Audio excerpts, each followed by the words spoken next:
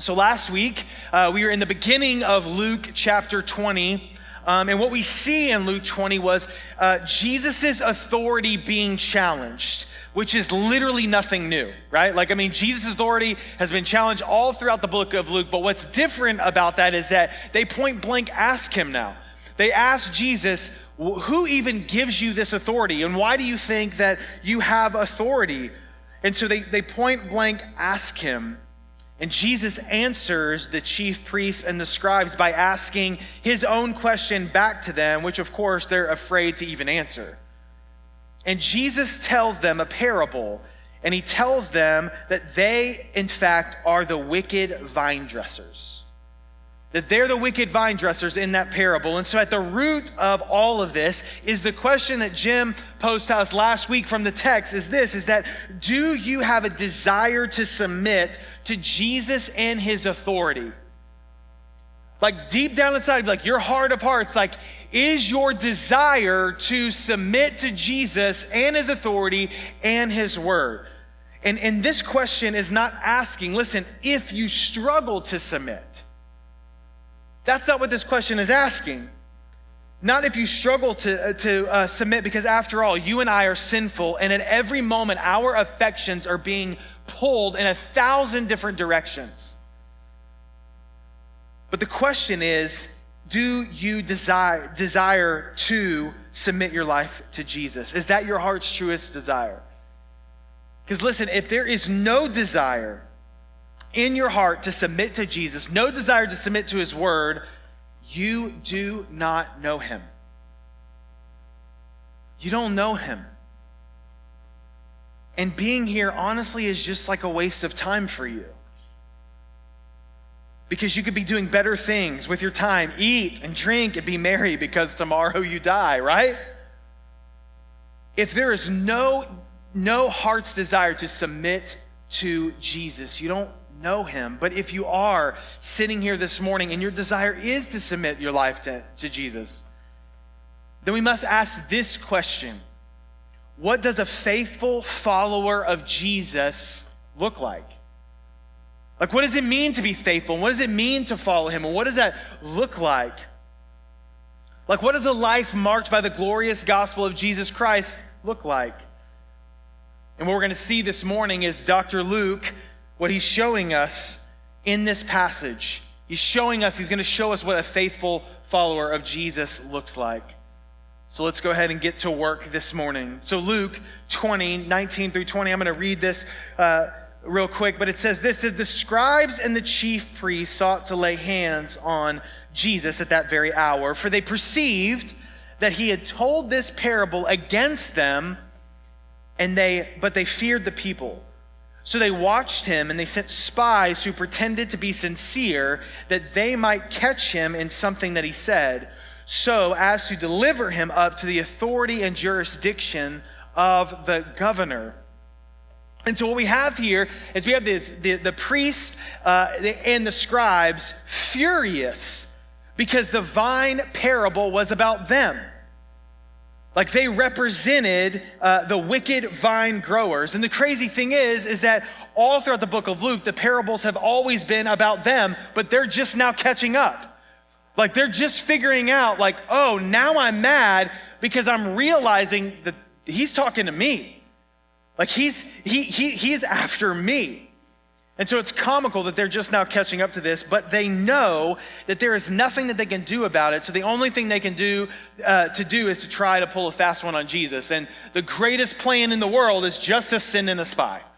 You know, like just to send in somebody to spy on him, which, you know, we all think is the greatest plan in the world. It was the greatest plan when I was a kid. Like I could just be a spy and just go in. My mom thought it was the greatest plan when she was like, I need some recon on your sister, so can you just go spy on her? And I'm like, absolutely, you know?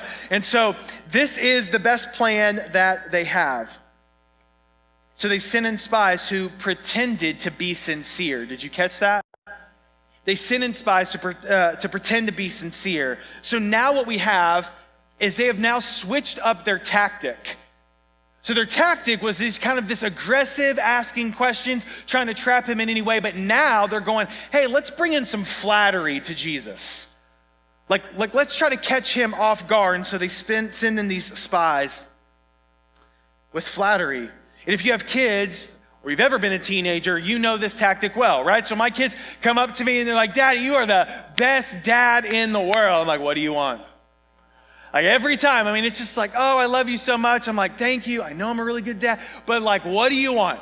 You know, and when you were a teenager, you did the same thing. It's just this flattery to try to get what you want, and that's what's happening here. They're kind of cunning about what they're doing. And in verse 22, it says this. They ask him this question. They said, is it lawful for us to give tribute to Caesar or not? But I love Jesus, right? He says, but he perceived their craftiness and said to them, show me a denarii, whose likeness and inscription does it have? And they said, well, it has Caesar's. And Jesus said to him, he says, render to Caesar the things that are Caesar's, and to God the things that are God's. And so what they're trying to do here is get Jesus in trouble with the Roman government, because at this time, Rome ruled everything. So to speak ill towards them and to be trapped. Because of their continued opposition to Jesus, they are now opposing him in a political sense. So they're posing this question in a political sense to him. Because the parable of the vine was about them, they are changing the subject to something else. See, this is interesting because the chief priests and scribes do not want to look into their own hearts and see their desperate need for Jesus. We see this over and over again. But rather change the subject to make it about something else. You get that? Like Jesus being faithful to his people reveals the wickedness of the human heart, but when confronted with harsh truth, walls of defense go up. You ever had this happen? Somebody confronts you something, lovingly brings something to you, and then all of a sudden the walls of your heart go up because you don't want to hear it, and so you just change the subject. Right? So like this is how this plays out in marriage, right? God's going, working on your heart. He's going, hey, you're called to love your wife, or you're called to love your husband. You're called to serve your husband. You're called to serve your wife. And then what happens is whatever that circumstance is, if there's some conflict there, you go, yeah, but what about them?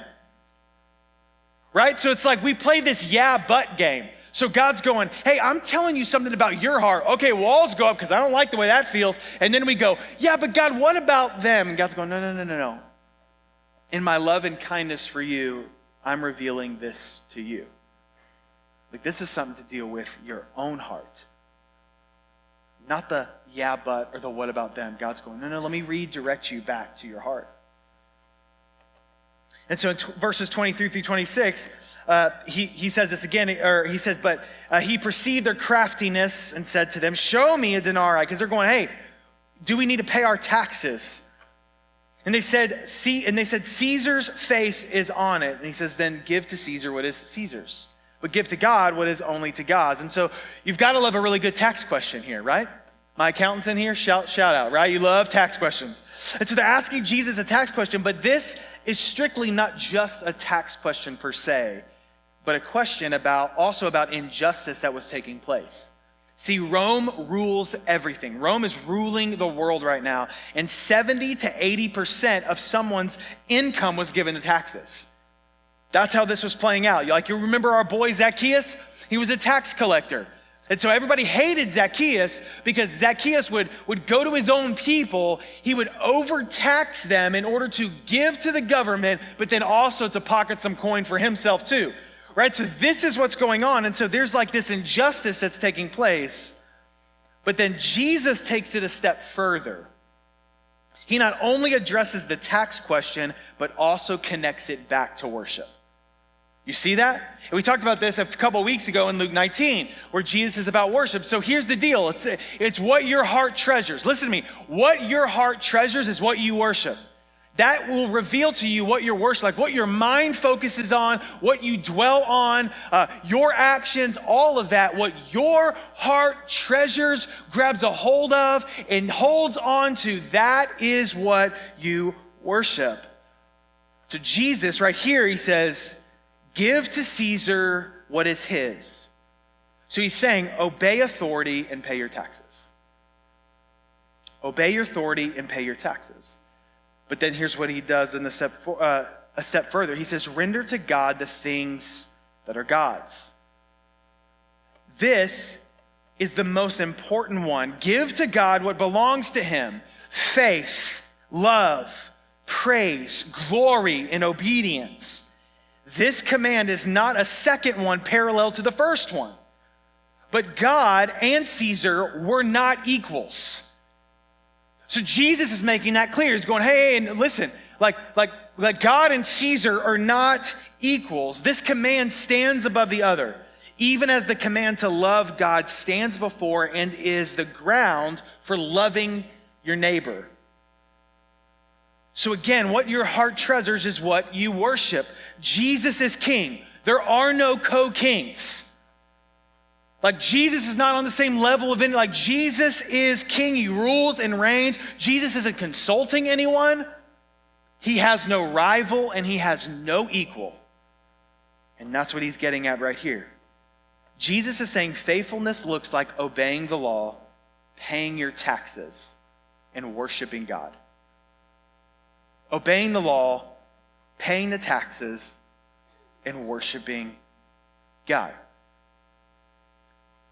You see, if the worship of God is above all things, then part of worship is being obedient to governing officials who Jesus himself is sovereign over and is set in place.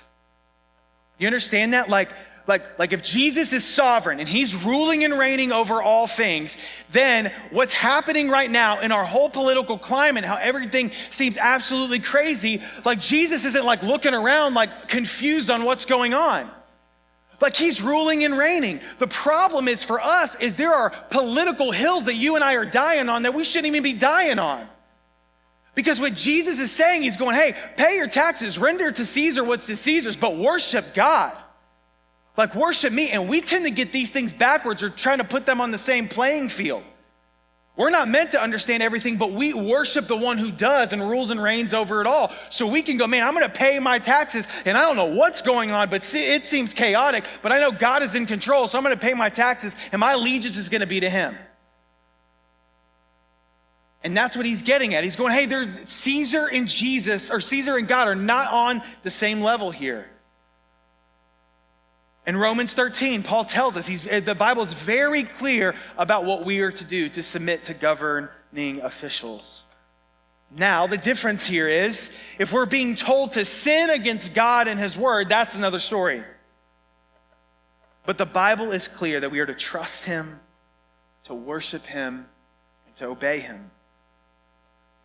I saw this last week, and I was immediately intrigued because I'm a huge fan of punk rock music. I have a bunch of tattoos. You're like, oh, big surprise there. But Alex Early, who's a pastor and a professor in Seattle, he said this referring to a seminary class that he was teaching. But he said this, he said, we went on to discuss just how the punk rock nature of Christianity spread like wildfire in the Roman world. Christians were about defiance but nonviolence. We were about being wholly human while practicing self-denial. We talked about worship in the spite of our circumstances.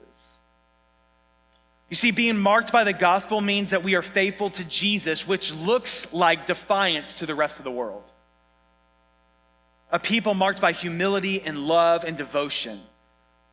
Do you see that? Like because of Jesus, we are called to live differently. And it's going to be absolutely counterculture to like what our world says the way in which we should function and lead and believe and all that. Like those things, that looks like defiance. But that's what Jesus calls us to be devoted to him. Now we begin to see a shift in the scriptures right now. In verses 27 through 40, we have some new cats that enter into this dialogue now, and they're called the Sadducees. And these guys were very wealthy and not really liked by the people because in order to protect their wealth, they were really close to the Roman conquerors. And their aim right here in this passage is to discredit and oppose Jesus on the basis of theology in regards to heaven and the resurrection. And so now what you have is you have it shifting from the scribes and the Pharisees opposing Jesus in a political question, and now the Sadducees come in, they go, okay, well, Jesus, let me ask you a theology question. because they would have known the Old Testament really, really well. And the first 5 books of the Bible, like they camped there. They loved there. It didn't go past there. The Sadducees did not believe in life after death. They did not believe in a resurrection. And so they ask Jesus kind of this crazy scenario question a little bit. And I swear it's like kind of like a Family Feud moment, like Steve Harvey's about to pop out and there's gonna be buzzers and stuff, you know? And so they ask Jesus this question. And so in verse 27, it says this, it says, there came to him some Sadducees, those who deny that there is a resurrection.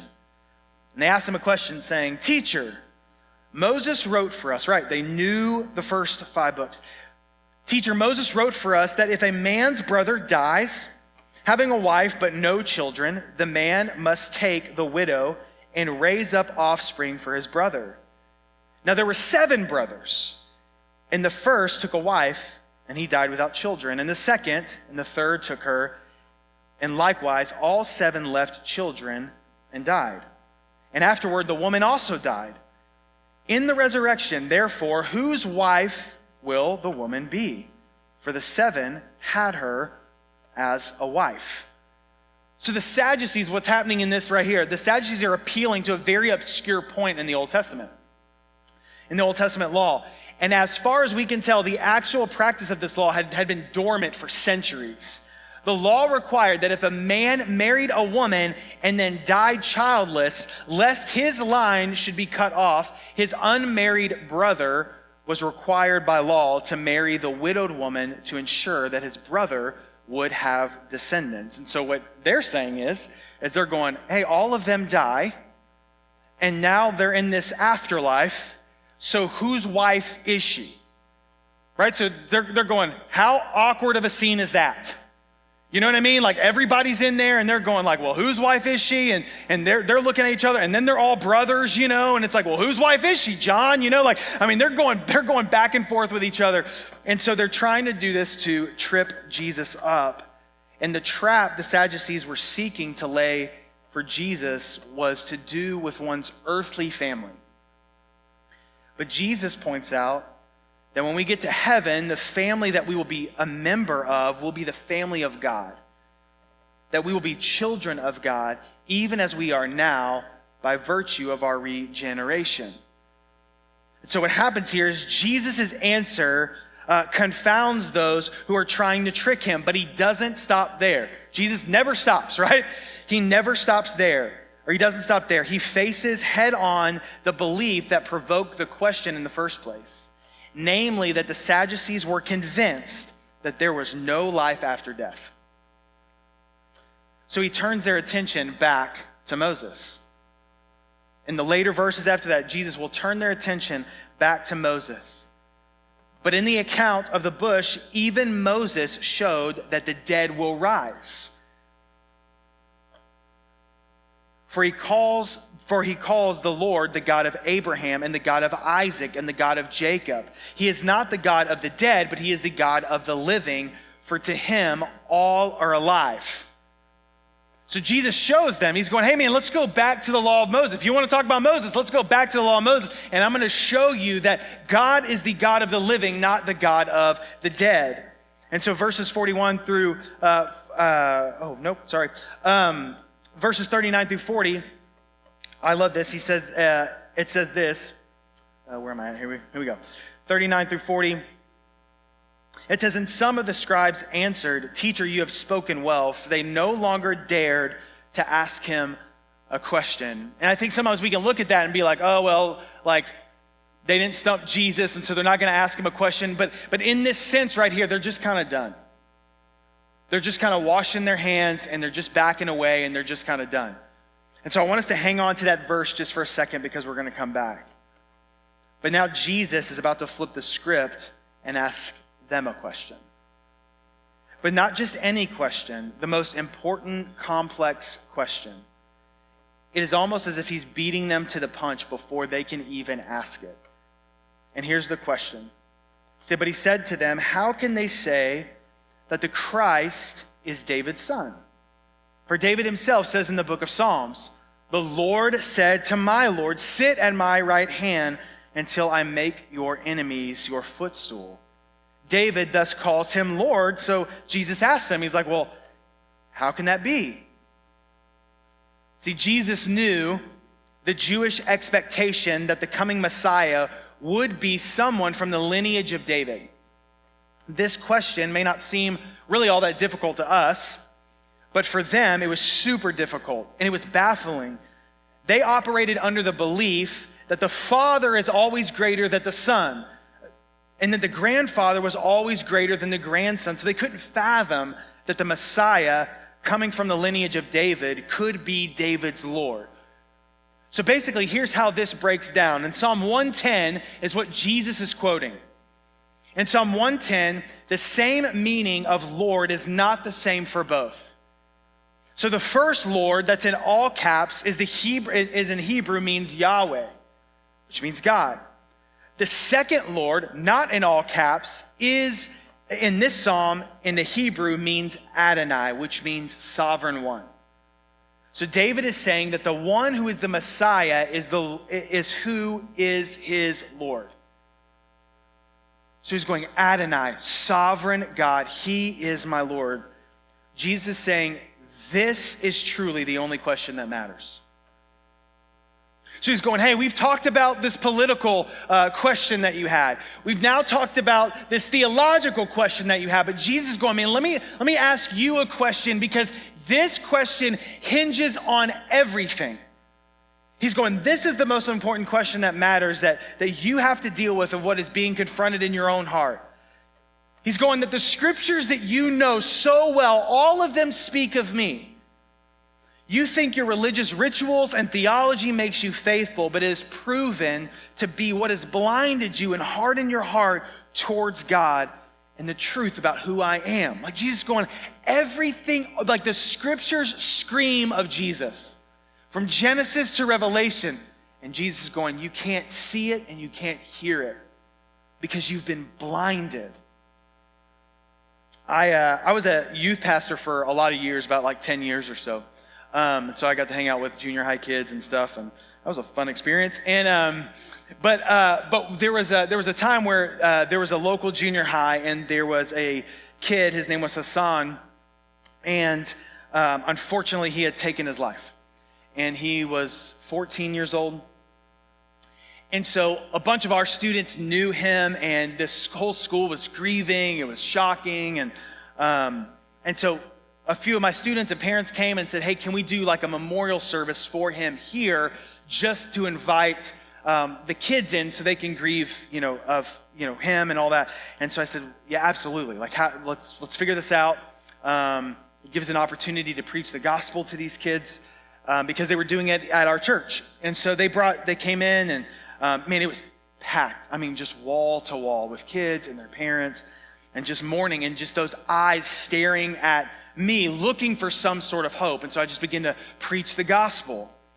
And about that time, there was a mom who stands up, and I was trying not to really kind of focus on her, but she stands up and she takes her son out. And she says, hey, we're leaving. And so they leave out the back doors. One of our pastors follows her out to talk with her and just to check on her and see if anything was all right. And he said, is there anything I can do? She said, no, we have to leave. And this family was Muslim.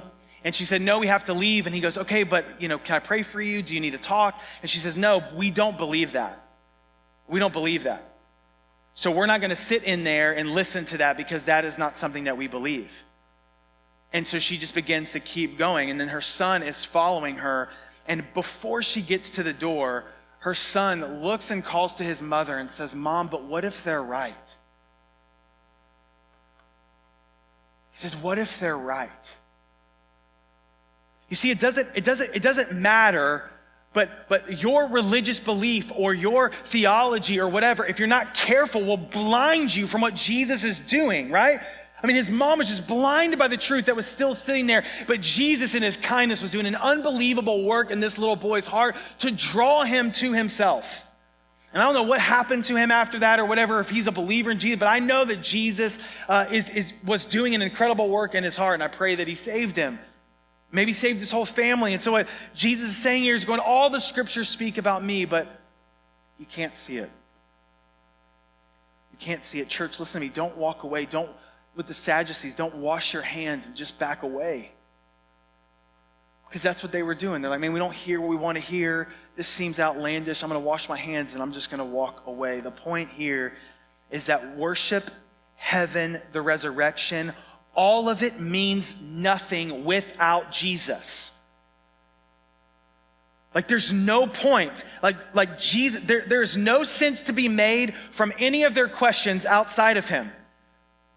Church, there's no sense to be made from your questions outside of Jesus. And even the answers to questions is not the point. Jesus is the point. Like your life will never make sense outside of Jesus. It just won't. Even if you got the answers that you wanted, your life will not make sense outside of Jesus. The questions themselves are not bad or wrong. We can come to Jesus in faith. I mean, the Bible says that we can come to his throne in confidence. But it's more about what is the posture of your heart when you ask it. See, for the chief priests and the scribes and the Sadducees, their posture was like, we just want to prove him wrong. We want to test him. We want to get him in trouble. Their heart wasn't, man, we just want to know. Jesus, we just want to know. I'm having a hard time with this. Being a faithful follower of Jesus means even if you don't get an answer at all, your faith does not waver in the one who holds it all. That's what that means. What we see now, we're going to see is a different scene, right? So he's talking to the chief priests and the scribes. And then he talked to the Sadducees. And now what Jesus is going to do is he's going to turn his attention to his disciples and he's going to give them a warning. In verse 45, Jesus says this. He says, in the hearing of all the people, he said to his disciples, beware of the scribes who like to walk around in long robes and love greetings in the marketplaces and the best seats in the synagogues and the places of honor at feast, who devour widows' houses and for a pretense make long prayers. They will receive the greater condemnation. See, I love the fact that Jesus does not take his disciples away and give them this warning. Do you notice that? Like Jesus doesn't go, hey guys, let's gather up. I need to tell you something. But it says, and everybody's hearing, Jesus says this. In the hearing of all the people, Jesus says this to them. Even the fact of those other people being in earshot of his warning to his disciples, it's an evidence of his grace and a call for them to repent and believe. Do you understand that? Like Jesus is giving them literally every opportunity.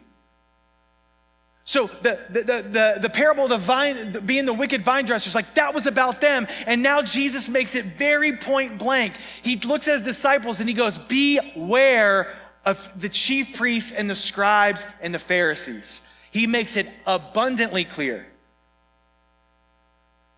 Abundantly clear. See, the widows looked to their scribes as the ones who would speak comforting words of God, who would be advocates of justice and apostles of mercy. They invested a lot of trust and hope in their religious leaders.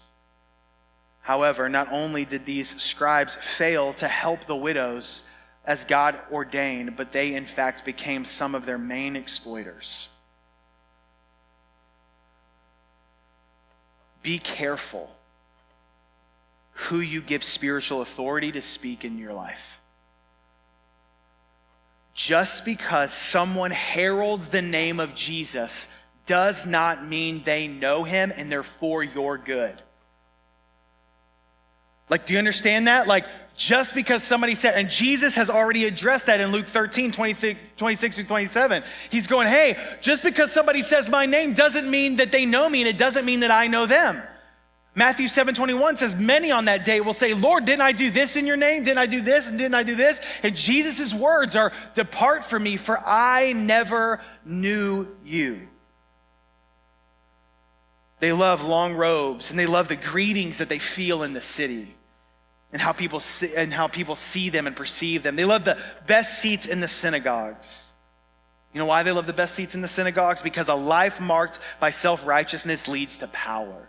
And when they have the best seats in the synagogue, they can sit there and they can judge everything that is said and everything that is around them.